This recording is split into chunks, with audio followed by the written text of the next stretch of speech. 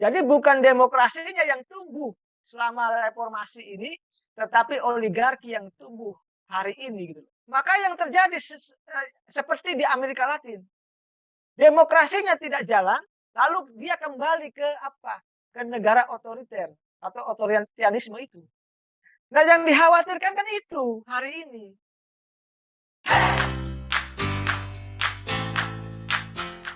Assalamualaikum warahmatullahi wabarakatuh. Salam sejahtera untuk kita semua, kawan-kawan yang saya hormati, dan juga pembicara pada malam hari ini ada yang sudah bergabung, Bapak Ujang Komarudin, dan juga nanti atau mungkin sudah bergabung Bapak Ferry Amsari, yang mungkin teman-teman sudah tidak asing dengan mereka begitu ya, karena sudah melalang buana di televisi begitu, dan pikiran-pikirannya, ide-idenya sudah sering kita dengarkan begitu di berbagai media, baik dalam bentuk video ataupun tulisan-tulisan mereka begitu. Dan tentu seperti yang sudah disampaikan tadi oleh para ketua BEM kita dari Mas Abdul ataupun dari siapa tadi yang dari UNJ, mohon maaf saya lupa namanya, yang sudah berbicara mengenai demokrasi ya, yang di mana fenomena saat ini dengan segala yang mungkin sudah terjadi gitu ya, kita melihat ada satu proses penurunan demokrasi begitu, dan ini terjadi terus menerus begitu. Artinya ada hal yang tidak baik-baik saja, dan sehingga kita tidak boleh diam dan harus menyuarakan apa yang seharusnya kita suarakan. Saya kira banyak fenomena mulai dari moral hingga kemudian pembungkaman melalui UIT ataupun melalui poster-poster yang justru banyak apa ya namanya, ketika dibentangkan justru ditangkap, itu kan satu hal yang ironi gitu dalam negara demokrasi ini gitu. Dan dari fenomena-fenomena yang terjadi ini, kita mencoba memaknai ulang demokrasi. Sebenarnya demokrasi itu apa gitu? Apakah ini sebagai sebuah sistem negara atau sebagai sebuah alat untuk mencapai kesejahteraan dalam negara atau bagaimana? Nah, ini yang nanti akan dijawab oleh beliau-beliau para pembicara kita. Dan untuk yang pertama, kita akan coba menyapa Pak Ujang dulu ya. Assalamualaikum Pak Ujang Komarudin. Waalaikumsalam. Terima kasih Mas Al Idrus. Saya manggilnya Al Idrus ya. Ya, gimana kabarnya Pak? Sehat? Alhamdulillah baik dan sehat Mas. Alhamdulillah. Ya, ini beliau luar biasa ya, nanti akan ya disampaikan banyak lah. Jadi saya serahkan kepada beliau Bapak Ujang Komarudin untuk memberikan materinya. Untuk waktunya sekitar 20 menit Bapak. Kami persilahkan. Baik Mas A. Idrus, terima kasih ini. Sama-sama, saya orang Sunda, beliau orang Jawa. Saya kebetulan sering ngisi di radio Idola Semarang. Jadi kalau pagi itu saya sering on air di radio Idola Semarang. Terima kasih Mas A. Idrus dan teman-teman yang saya muliakan, saya banggakan dari BEM FIS, UNJ dan UNES ya. Nah, tentu di sini ketua BEM-nya yang ganteng, Mas Abdul dan Mas Samir. Saya belum mulai ini, kita biar hibur ini dulu, apa jangan yang serius dulu. Kalau serius langsung ngantuk nanti. Dan teman-teman seluruh aktivis di seluruh apa namanya BEM, baik di FIS, UNJ maupun UNES yang saya hormati, saya muliakan, saya banggakan. Nah, saya itu sangat terhormat dan tersanjung ya ketika saya diundang oleh teman-teman. Ini sebenarnya forum yang ke-100 kalinya mungkin saya bersama-sama dengan teman-teman mahasiswa. Nah, namun perkenankan dan izinkan saya untuk mengucapkan salam kepada teman-teman semuanya. Assalamualaikum warahmatullahi wabarakatuh. Rabbi shrah li sadri wa yassir li amri wahlul 'uqdatam min lisani yafqahu qawli amma ba'du. Teman-teman begini, saya langsung saja ya, sebenarnya saya itu pembicara kedua, tapi karena tadi Bang Ferry Amsari mungkin ada hal mendadak, maka saya digeser ke, pembicara kedua, ke satu. Nah, saya itu, berpikir ya, saya mengkaji tentang demokrasi. Nah, demokrasi di Indonesia, saya sering berbicara ini di berbagai macam forum, termasuk di radio, di tulisan-tulisan saya, termasuk di televisi, termasuk ya di seminar-seminar yang saya, apa namanya, di mana saya menjadi narasumber. Pertama saya ingin mengatakan, demokrasi itu walaupun dia sistem yang terbaik di antara yang terburuk, eee, dia harus memiliki syarat syarat ya dalam artinya kalau ingin demokrasi kita stabil, sehat, bermartabat, maka paling tidak ada 3 syarat atau 3 indikator. Yang pertama apa? Saya katakan, kalau demokrasinya ingin bagus, maka pertama pendidikan masyarakatnya harus bagus. Kita ini harus bagus. Jadi kita ini kalau menurut data BPS, eee, rakyat Indonesia itu sekitar 2-3 juta itu masih banyak yang buta huruf. Lalu apa namanya, pendidikan rakyat kita itu sampai SMP rata-rata. Artinya kalau kita bicara demokrasi dengan konteks pendidikan kita belum nyambung. Makanya nanti saya jelaskan nih, demokrasi kita masih diwarnai oleh macam-macam. Mohon maaf, ada kecurangan, ada money politik, dan lain sebagainya. Jadi demokrasinya bisa diatur. Karena masyarakatnya pendidikannya mohon maaf masih rendah di kita ini. Nah, kalau teman-teman nanti punya kesempatan bisa apa namanya keliling dunia, melihat negara-negara demokrasi, nanti akan terlihat bagaimana negara Skandinavia menjalankan demokrasinya. Mengapa di sana korupsinya sangat minim. Lalu juga negara-negara Eropa bagaimana menjalankan demokrasi. Australia, Amerika, dan lain sebagainya. Tentu ada plus minus. Tapi yang di sana lebih stabil dibandingkan dengan kita. Nah, kita ini menyatakan negara demokrasi, sepakat dengan berdemokrasi, tetapi sesungguhnya kita mohon maaf sama sekali tidak berdemokrasi gitu loh. Ini catatan saya. Nah, saya lanjutkan lagi tadi, ada 3 syarat atau indikator. Jadi selama pendidikan kita atau masyarakat kita masih rendah, maka selama itu pula demokrasi tidak akan baik. Nanti saya jelaskan kenapa ini bisa terjadi. Yang kedua, itu apa? Pendapatan masyarakat. Kalau kita ini masih miskin, mohon maaf, masyarakatnya masih miskin, masih banyak yang menerima bansos, masih banyak yang ngantri ketika misalkan presiden bagi-bagi sembako atau lain sebagainya.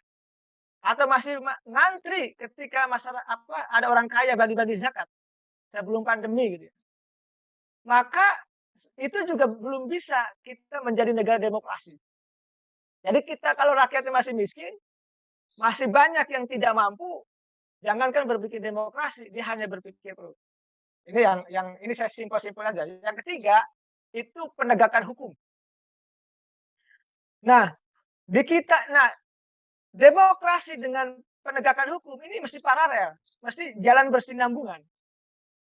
Tidak ada negara demokrasi di dunia ini yang tidak menegakkan hukum. Jadi hukumnya harus kuat, harus stabil. Kalau demokrasinya jalan, hukumnya nggak jalan bisa diatur. Nah, di kita ini diatur. Di kita ini hukumnya tebang pilih, suka-suka. Seenaknya, bisa diatur. Bukan hanya mohon penegakan hukum seperti pengadilan, kejaksaan, atau kepolisian. Tetapi KPK pun sekarang masih bisa dikondisikan oleh eksekutif. Bisa diatur. Ya ini yang berbahaya. Oleh karena itu, tidak nyambung kita nih berdemokrasi. Jadi kita ini sepakat berdemokrasi, ingin menjalankan demokrasi, tapi prasyaratnya aja tidak terpenuhi. Suaranya agak feedback ya. Suara saya agak terdengar mendengung, ada apa gitu ya. Saudara, oke saya lanjutkan. Tadi ada suara yang agak berisik di ini saya. Nah, jadi dari 3 indikator aja kita sudah tidak memenuhi. Makanya demokrasinya jangan aneh, jangan heran kalau demokrasinya ya tidak demokrasi. Jadi tadi kata, Ketua BEM Mas Samir ya, kita ini sudah tidak berdemokrasi. Ya dalam konteks tertentu iya, dan dalam konteks tertentu yang lain juga kita menjalankan proses demokrasi, tapi demokrasi yang prosedural, bukan demokrasi yang substantif, bukan demokrasi yang bermartabat, bukan demokrasi yang seperti kita inginkan, yang ujung-ujungnya adalah welfare state, negara kesejahteraan. Nah, saya ingin katakan, kalau 3 indikator itu masih terus ada, masyarakat yang masih miskin, pendidikannya belum bagus, belum tinggi, lalu penegakan hukumnya compang-camping, maka ya selama itu pula demokrasi kita tidak akan jalan. Tidak akan. Saya akan jelaskan terkait dengan proses pemilu di kita, pilkada, pilpres, pileg. Ini untuk menjelaskan persoalan demokrasi kita. Apa ada saya katakan seorang calon capres atau anggota DPRD sekalipun semuanya, bupati, gubernur, yang ketika pilkada atau pemilu tidak mengeluarkan uang? Nggak ada. Nggak ada. Saya akademisi tapi sekaligus juga pernah terjun di politik, pernah menjadi ketua tim sukses.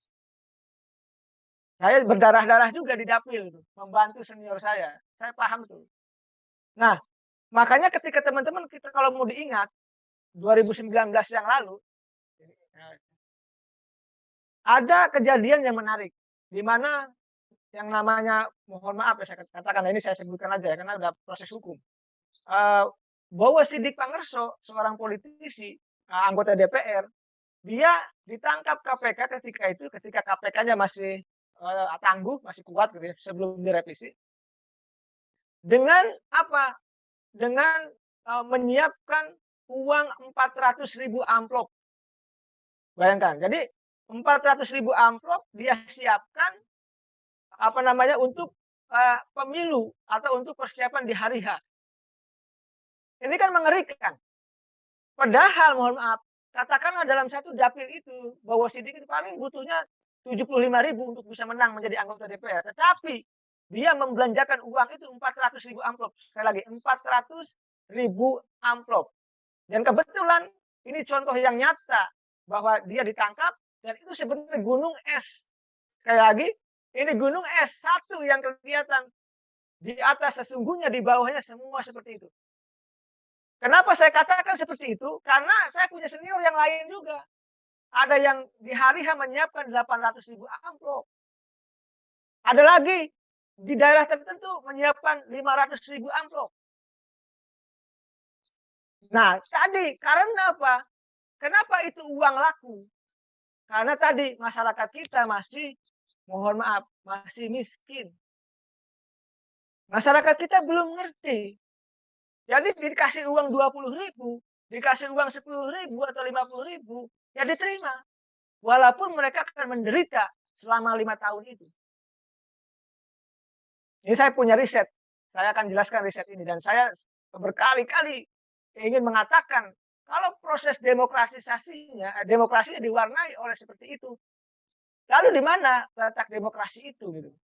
Iya, demokrasi prosedural tadi, pemilunya ada, pilkadanya ada, pilpresnya ada, tapi isi dari demokrasinya itu sama sekali tidak mencerminkan nilai-nilai dari demokrasi itu.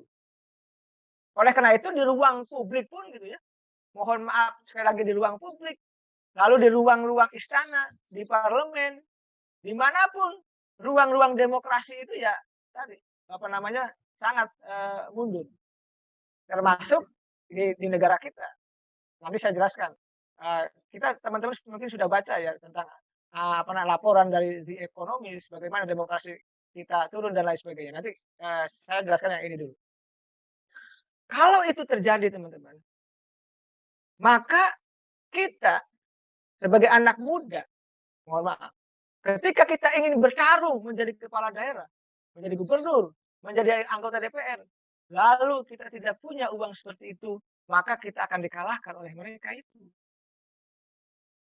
Ya, oleh karena itu demokrasi kita dikuasai oleh oligarki itu gitu loh. Jadi bukan demokrasinya yang tumbuh selama reformasi ini, tetapi oligarki yang tumbuh hari ini gitu loh. Ini yang berbahaya teman-teman. Jadi jangan salah. Hari ini kalau teman-teman melihat tokoh-tokoh milenial, misalkan staf khusus milenial itu anak-anak orang kaya, anak-anak dari kekuatan orang-orang mampu, anak-anak yang punya kekuatan dari orang-orang yang katakanlah tadi ya dalam konteks tertentu menguasai apa namanya bisnis tertentu dan lain sebagainya. Lalu bagaimana milenial yang di DPR? Saya katakan mereka juga sama. Mereka yang terpilih itu siapa? Anaknya bupati, anaknya gubernur, anaknya polda, anaknya anggota DPR, anaknya ketua DPR. Lalu di mana ruang demokrasi untuk kita bisa masuk ke sana kan itu? Ketika demokrasi itu sudah dikuasai oleh kalangan oligarki itu. Sekali lagi, demokrasinya tidak tumbuh, tapi oligarki yang tumbuh. Bahkan politik dinasti mengikuti daripada apa namanya berdampingan dengan kekuatan oligarki itu. Oleh karena itu tadi kita punya partai, partainya dikontrol oleh keluarga tertentu. Kita punya partai juga dikontrol oleh apa? Oleh kekuatan tertentu, oleh kelompok tertentu. Ini yang menjadi problem kebangsaan kita bersama. Sekali lagi saya ingin katakan, kalau kita ingin sehat, bermartabat dalam konteks berdemokrasi, prasyarat 3 itu paling tidak harus dipenuhi. Kalau enggak bisa. Saya katakan enggak bisa. Jadi teman-teman saya dianugerahi oleh Allah gitu. Selain saya sekolah gitu ya. Saya dikasih kesempatan sekolah oleh Allah gitu ya.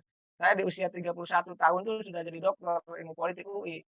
Ya memang berdarah-darah teman-teman. Apa namanya nggak punya uang, nggak punya apa-apa. Saya sekolah terus dari S1 sekolah, S2 sekolah nggak pernah putus, sekolah terus.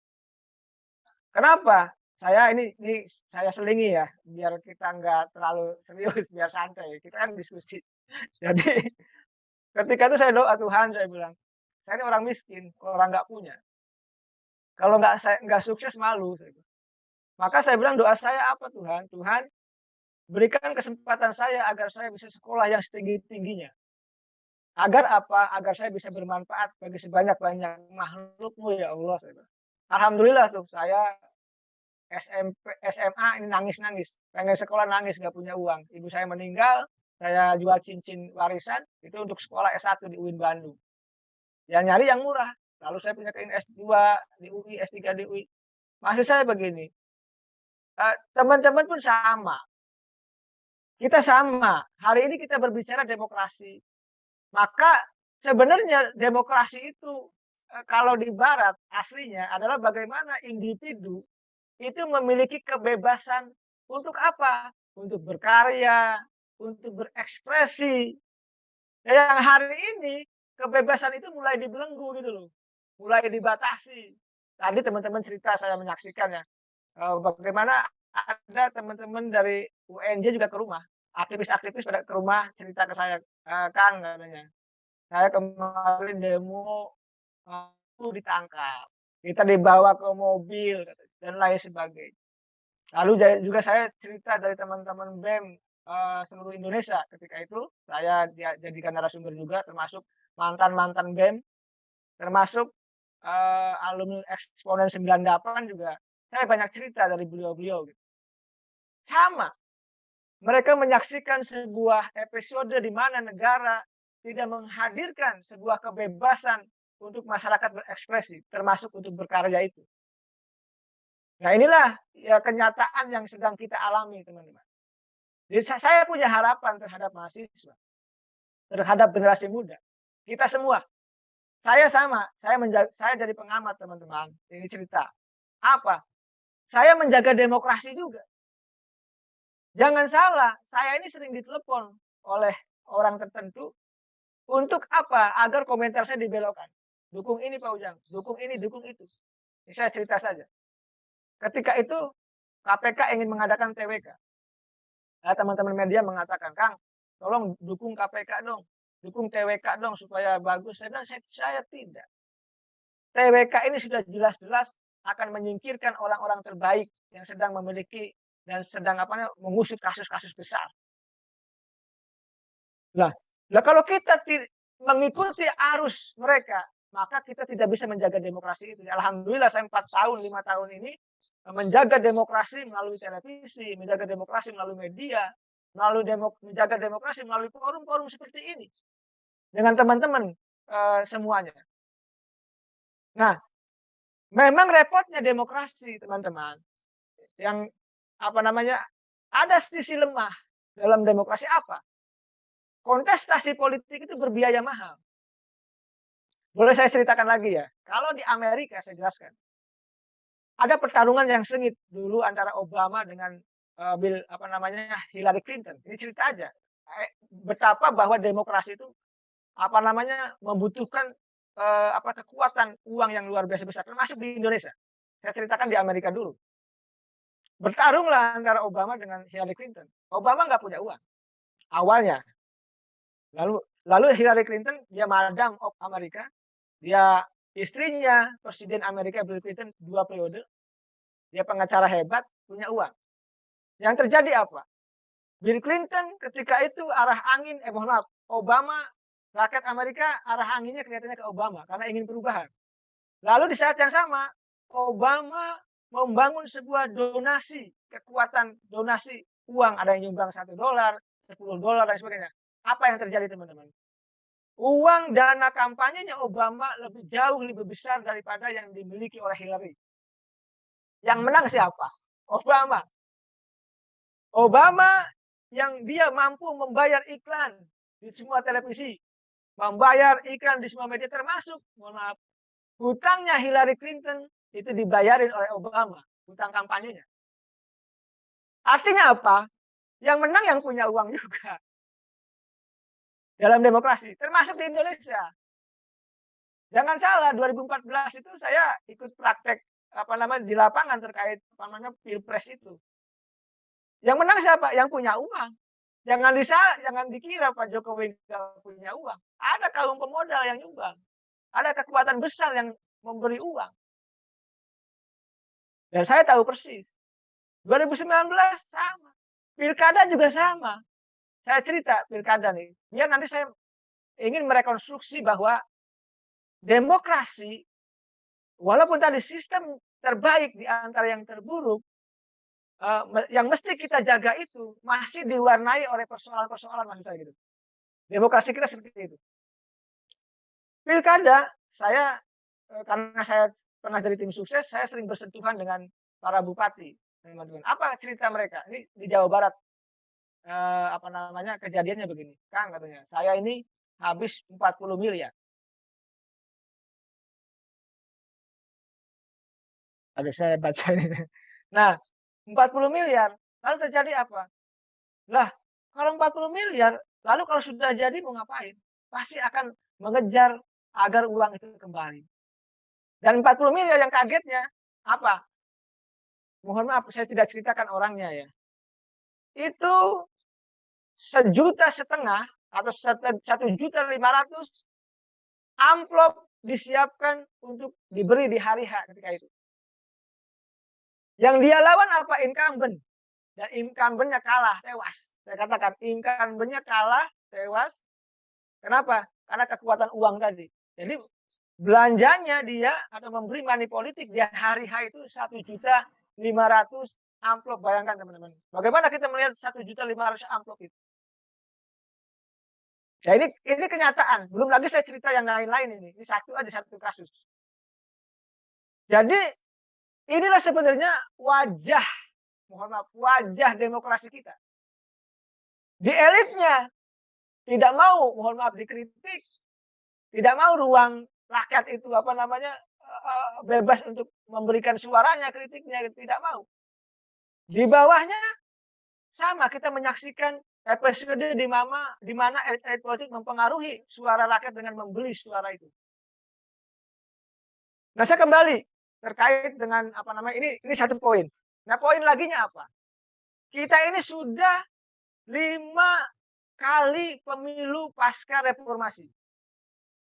5 kali, kalau teman-teman hitung silakan. Nah, secara teori, kalau mengikuti teorinya O'Donnell dan lain-lain, kalau teman-teman nanti mengkaji sudah pasca sarjana ya, S2, S3. Sebenarnya masa-masa 5 tahun ini sebenarnya kita sudah menikmati hasil dari buah konsolidasi demokrasi. Kita ini tidak terkonsolidasi demokrasinya, transisi demokrasinya tidak berjalan. Yang terjadi apa nanti? Maka yang terjadi seperti di Amerika Latin. Demokrasinya tidak jalan, lalu dia kembali ke apa? Ke negara otoriter atau otoritarianisme itu. Nah, yang dikhawatirkan kan itu hari ini. Konsolidasi demokrasinya tidak terjadi, teman-teman. Nggak ada. Elit jalan masing-masing, rakyatnya ditinggalkan. Apa buktinya? Amandemen. Ini persiapan amandemen mereka isu elit saja, rakyat tidak pernah dilibatkan. Nah, kalau kita melihat amandemen tahun 99 sampai 2001 yang lalu, 4 kali amandemen itu ya. Nah, apa yang saya lihat? Hasil reformasi, dia bottom up dari bawah, keinginan rakyat, keinginan mahasiswa, disampaikanlah ke MPR, maka adanya amandemen Undang-Undang Dasar 1945. Jadi bottom up dari bawah ke atas ketika itu. Nah, hari ini dibalik. Keinginan amandemen itu muncul dari elit, dari atas, top down. Rakyat tidak dilibatkan, rakyat tidak tahu. Apalagi isunya, mohon maaf, 3 periode. Apalagi isunya memperpanjang masa jabatan, kan ini lucu. Oleh karena itu, kalau kita melihat persoalan demokrasi di Indonesia agak rumit, agak runyam, tetapi sekali lagi kita jangan pernah pesimis terkait dengan itu. Karena saya ingin katakan, bangsa ini tidak bergantung kepada mereka-mereka yang tua. Bangsa ini akan bergantung kepada teman-teman. Di mana 5 tahun, 10 tahun, 15 tahun lagi, teman-teman ada di mana. Dan ingat, saya selalu katakan teman-teman, kita ini anak pejuang. Anak pejuang. Kalau ingin sesuatu maka harus diperjuangkan. Kalau demokrasinya ingin bermartabat, ingin sehat, ingin berpihak kepada rakyat, maka ya kita perjuangkan itu.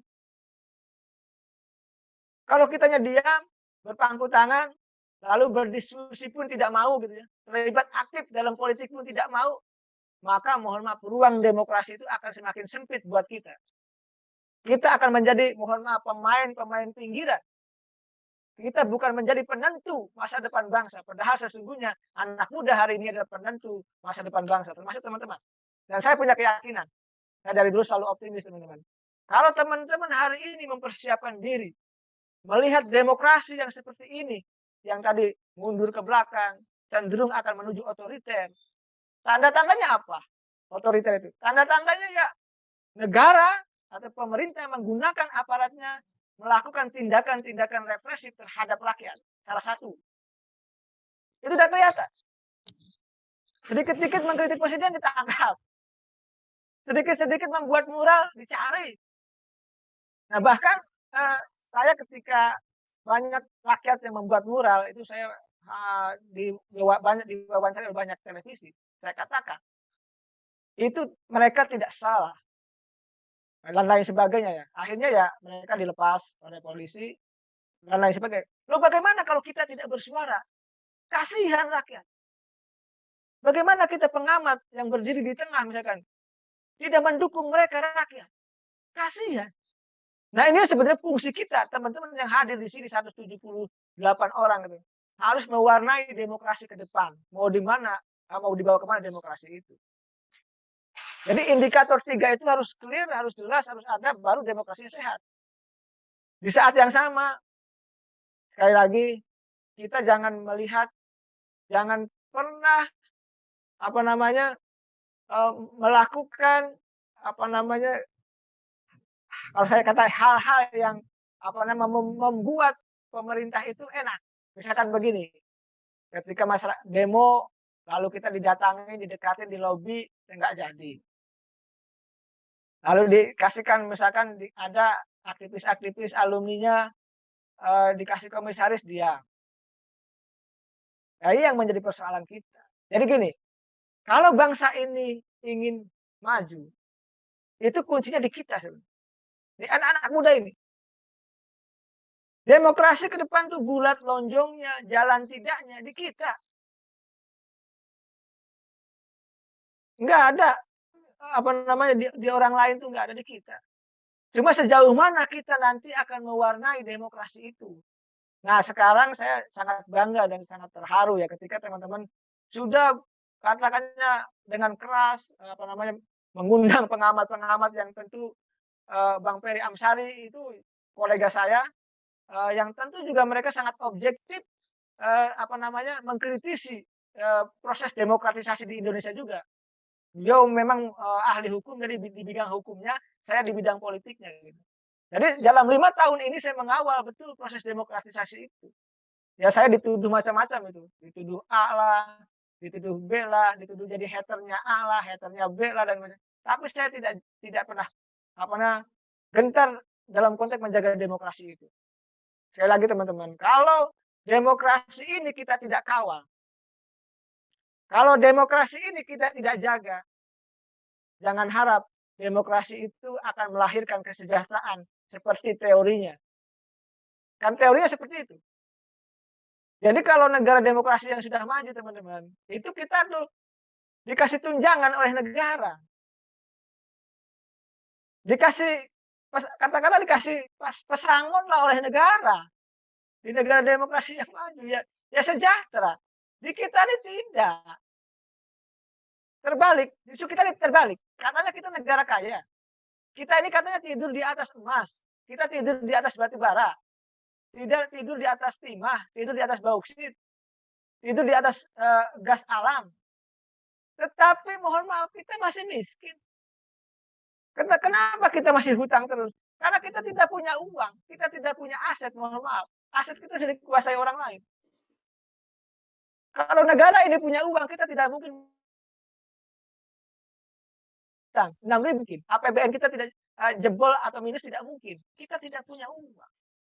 Cuma memang sekali lagi, elit-elit politik kita tidak pernah jujur mengatakan itu. Ini problem kita.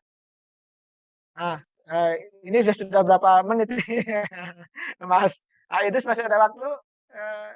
Saya jelas. Masih ada waktu? 2 menit lagi mungkin. Pak. Ya, siap. Enak sekali ya ada ngajinya tuh Mas Idrus. Nah, sekali lagi teman-teman, kalau bahasa saya bahasa apa ya? Mumpung teman-teman masih menjadi mahasiswa.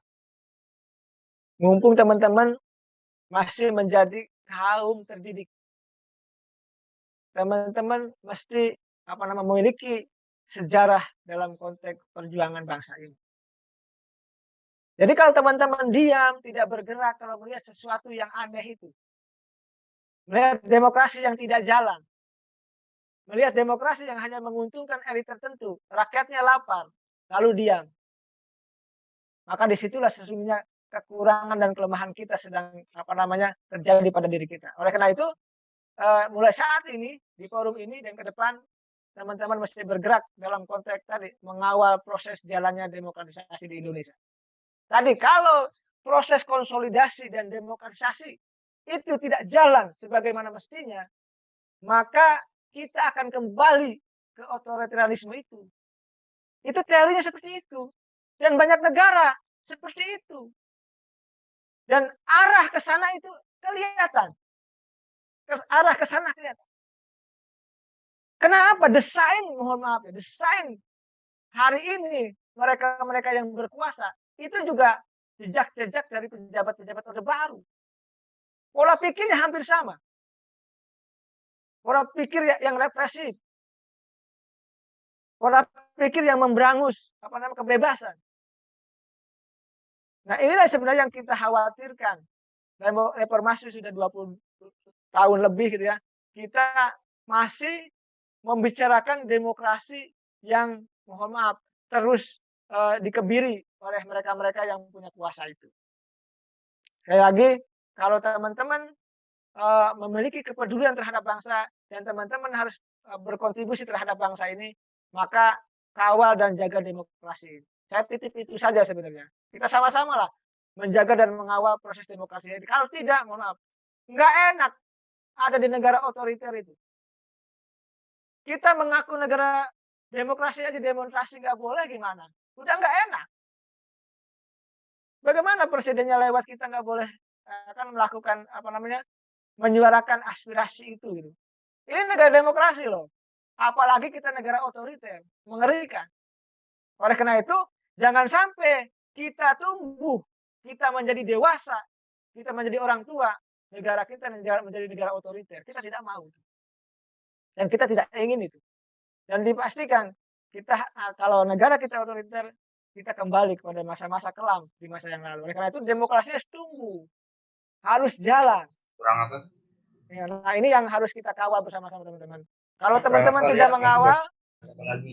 saya punya keyakinan, mohon maaf, elit kita tidak berpihak kepada kita semua.